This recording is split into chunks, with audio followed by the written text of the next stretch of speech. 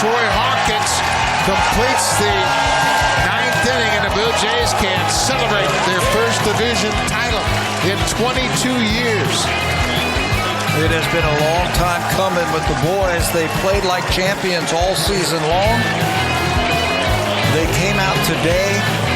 They made a statement, 15-2, and congratulations to the Blue Jays.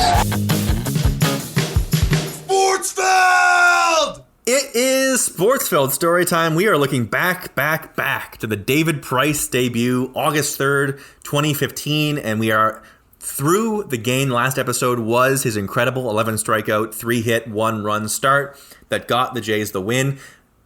Do you remember, Jake, that win and the game before, the fight game against the Kansas City Royals, were the first two wins in a winning streak. They did not lose again until August 14th against the Yankees.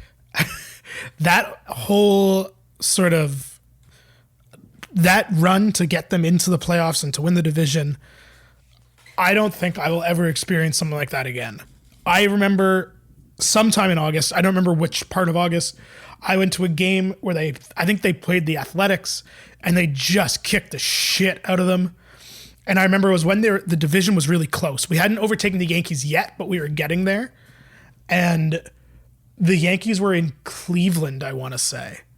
And by the time we got back to the bar, that game had gone into extra innings. And everyone in the bar was watching the Yankees-Cleveland game. And then Cleveland won, and the bar went crazy. And that was like that moment of like, oh shit, okay, this is what's happening. That rules. Jake, your memory never ceases to amaze me. You are talking about Wednesday, August 12th, when the Blue Jays beat Oakland 10-3. Yep, I sure am. It was 2, 3, 4, 5, 6, 7, 8, 9. The 10th game of the winning streak. They go from down half a game to up half a game because the Yankees lose 2-1 to Cleveland. Yeah, I remember that being like, that was a sort of transformative moment in my mind a little bit of just that, like, oh, this is no longer me thinking like something could happen or something like this is like people are now on board. This is real. This is happening. Yeah. That's why you play the game. I mean, to be a part of stuff like this. In that 11-game win streak, the Blue Jays go from 6 games back to half a game up, culminating basically in the game you are talking about. Price pitches again. So Price starts against Minnesota, and they win 5-1. He makes his next start against the Yankees that Saturday in New York. The Jays win 6-0.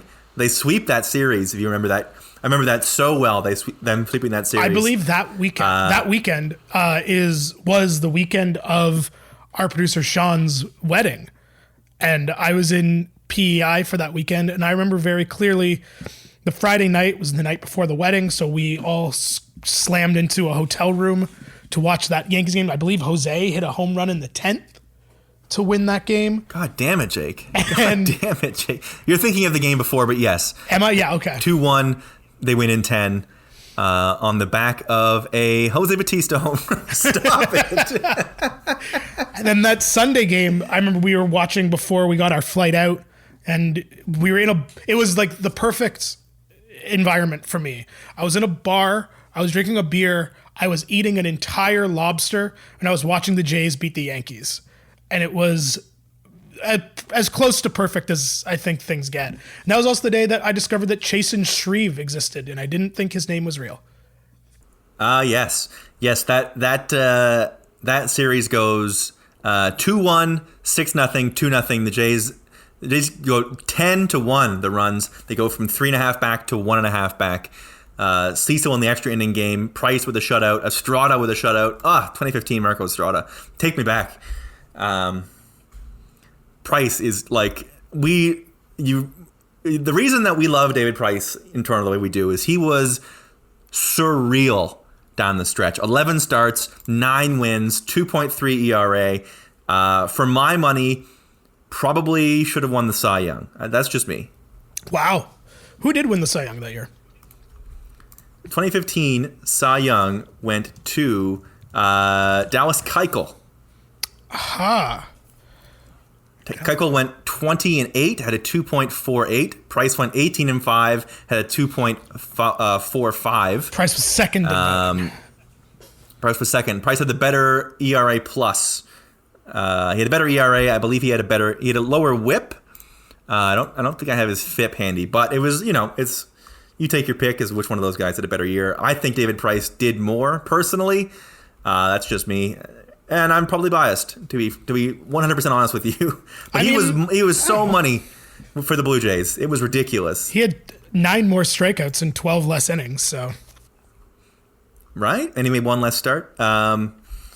Boy, oh boy, just awesome. He finally lost a game to the Yankees August 14th. He went 8 innings, gave up 3 runs. That would be the second worst game of his Blue Jays tenure, giving up 3 runs. Then he got a win against the Angels, a big win against Texas, a loss against Cleveland, and then he finished it off in September with 5 straight wins. Baltimore, New York, Atlanta, New York again, and Tampa Bay. So he comes over at 9-4 and finishes 18-5. He was ridiculous as a Blue Jay. I will say it over and over again. He was so ridiculously good and so much better than everybody else on that 2015 staff. It was ridiculous.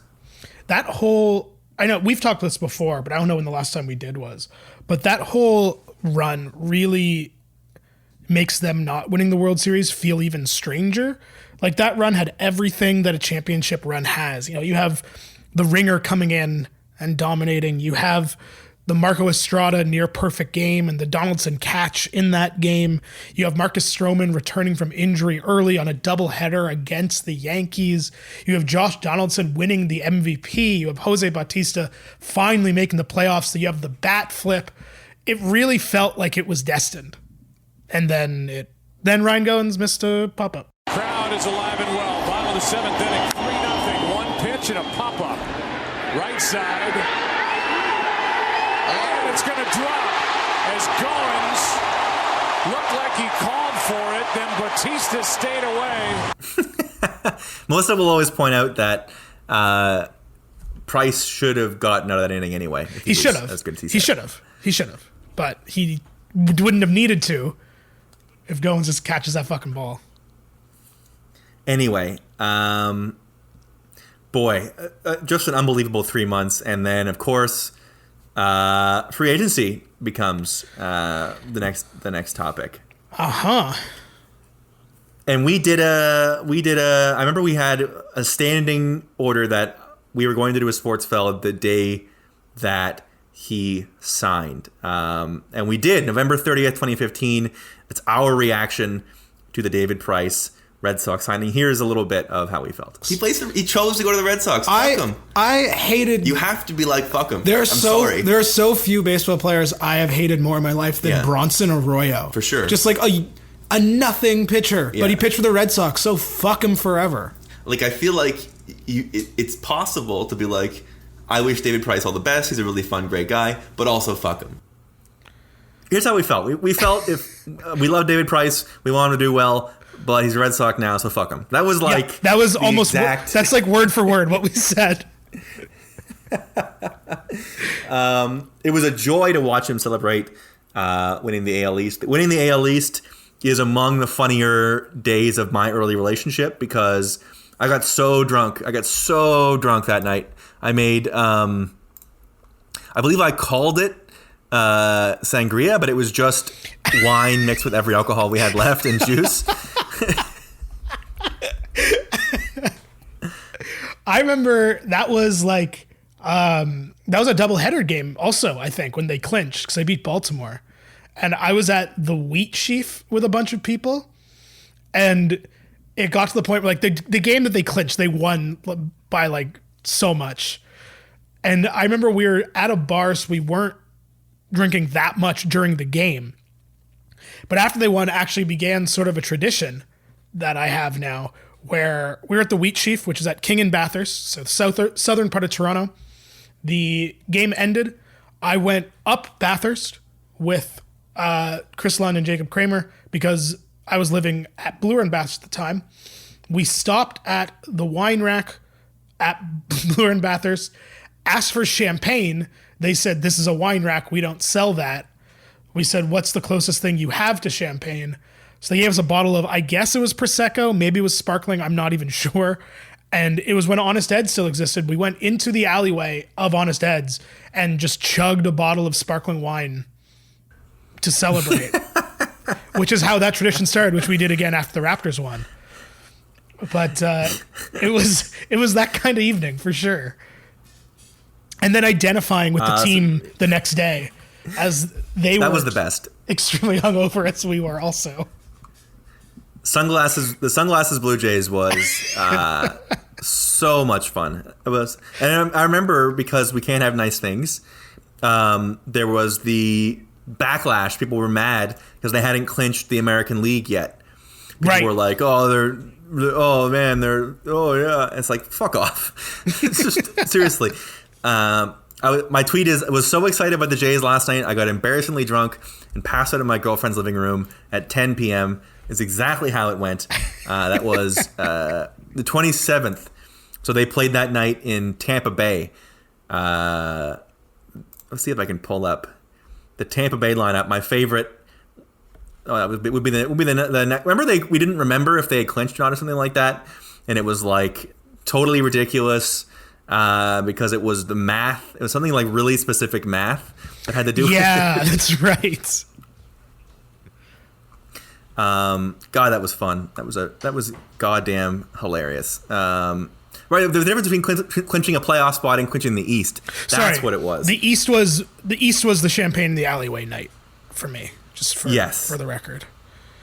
And the lineup they trotted out on the 30th, the day after they clinched the East, was Dalton Pompey leads off, followed by Cliff Pennington in left field, Carrera in right, Colabello DHing, Matt Haig at first base, Josh Tolley behind the plate, Kawasaki playing third, Darwin Barney at second, and Jonathan Diaz at short. They went 0 regulars, top to bottom. Oh, what a good time! What a good time! God, I love John Gibbons. Like, only Gibby goes whole hog. Well, like, why would he play him? Who gives a shit? Cliff Pennington in left field that's chef's kiss right there. When you have, oh, that's so good. Cliff Pennington in left field, who pitched in the playoffs that year. He did. You gotta love it.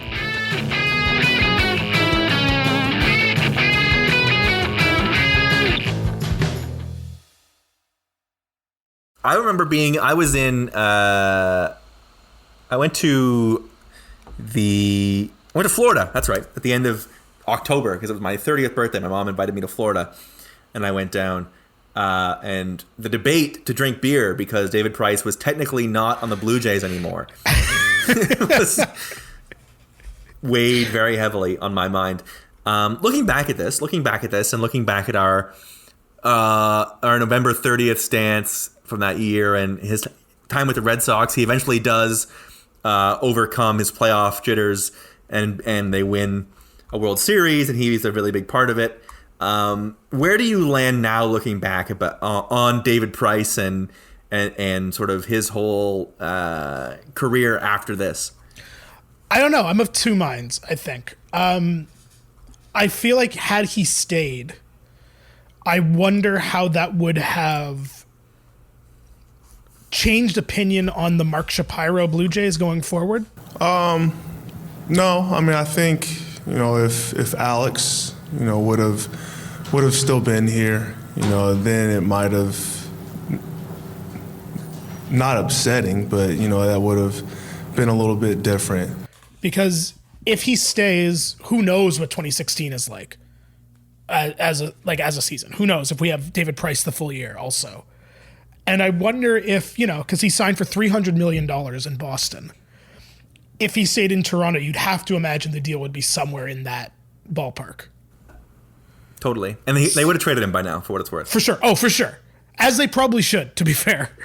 But if he had signed the $300 million deal in Toronto or $280 million or whatever in Toronto, right after Anthopoulos left and Shapiro already came in sort of under the gun, I feel like the whole narrative around Shapiro and all that stuff is very different. And also maybe the Blue Jays win a World Series in 2016 if he stays. So yeah, maybe. I really think it changes the trajectory of the next 5 years of this franchise in so many ways that it's hard to fathom how big that one could go either way. Also, it's possible he re-signs for a ton of money and he's not great, and the team is still kind of middling in 2016 as they were until the last week of the season. So I think it's a big question. I think I still sort of hold obviously in the last 5 years, my stance on like what players should do for themselves has changed a lot and softened a lot. And like, I know we said this in 2015 as well when he signed, that like if someone offers you $300 million, you obviously take it. That's right. But there's still a little bit of fuck 'em in me, I think. Just a little. less than there was. I softened on this. Yeah. No, I agree. Less than there was, but there's still a little bit of fuck 'em. I softened on this when I saw how hard of a time he ended up taking with the whole he's bad in the playoffs thing. Because he was, I mean, with the Jays, the ALDS, he got rocked by Texas in the first game, and then he ended up coming out of the bullpen famously later on in that series. He was also not great against Kansas City. His ERA against Texas was 7.2. His ERA against Kansas City was 5.4. And then the next year against Cleveland with Boston, 3 innings, 5 runs, ERA of 13.5. 2018 in the ALDS against the Yankees, he goes 1 2/3 innings. He gives up 3 runs. But he turns it around. 2 good starts against Houston, and then he goes 2-0 in 3 appearances with a sub-2 ERA with the Dodgers to win the World Series. By then, once Boston had already made the World Series, I sort of wanted him to get his moment where he gets to finally have that World Series. I guess just because, like, looking back over this last 4 episodes, how much it meant to us and how big it was that he came here and how good he pitched down the stretch of that regular season to help them clinch that playoff spot, which I think maybe you'll agree with, maybe you won't. With them winning the East meant so much to me, almost as much as them beating Texas. It meant the world to me. So that he had a huge part of that and has revealed himself, by the way, as a really good guy, right? I believe he was also one of the players on the Red Sox that refused to go to the White House because Trump was in office. I think he was a leader in that as well, which obviously I appreciate. So I've really, other than 2016, we wanted them to be bad because the Jays were a playoff team. Once it became clear the Jays weren't going to be good, and you can't do anything to stop the Red Sox from being the Red Sox. I wanted good things for David Price, and I still do, and I'm glad he seems like a really good guy. He seems like a We were big proponents of the Blue Jays trading for him 6 months ago. That's right. Like, oh my God, that's right. we were on the trade for David Price again train not that long ago. Oh my God, that's right. That's right. If oh only. My God, yeah. What a perfect storybook ending that would be. Of course, you know the story of how the 2015 season ended. We get the bat flip. We get the Royals series. I think when we do the next one of these, we'll see what they do. Down the line, I think we should do the Royals series because I don't remember it all that well. I remember the Rangers series really well, but the Royals was sort of this like crazy blur for me that was like I already couldn't believe so much of what was happening that the Royals series sort of gets lost as this like completely crazy series of events. I watched the highlights of the game that they lost to the Royals, Game 6, for the first time, I think this year. Because it was just like, I don't want to see that ever again. That one really hurt. That is the most painful sports loss in my life, I think. Wow. Yeah, I think it's probably up there too, and that's probably why I sort of blocked it out. I remember the Amish guy with the glove. Yep. And that's honestly about it. The rest of the series is pretty blocked out for me, which is that is a good game to do because that was funny. That was a weird ass game too.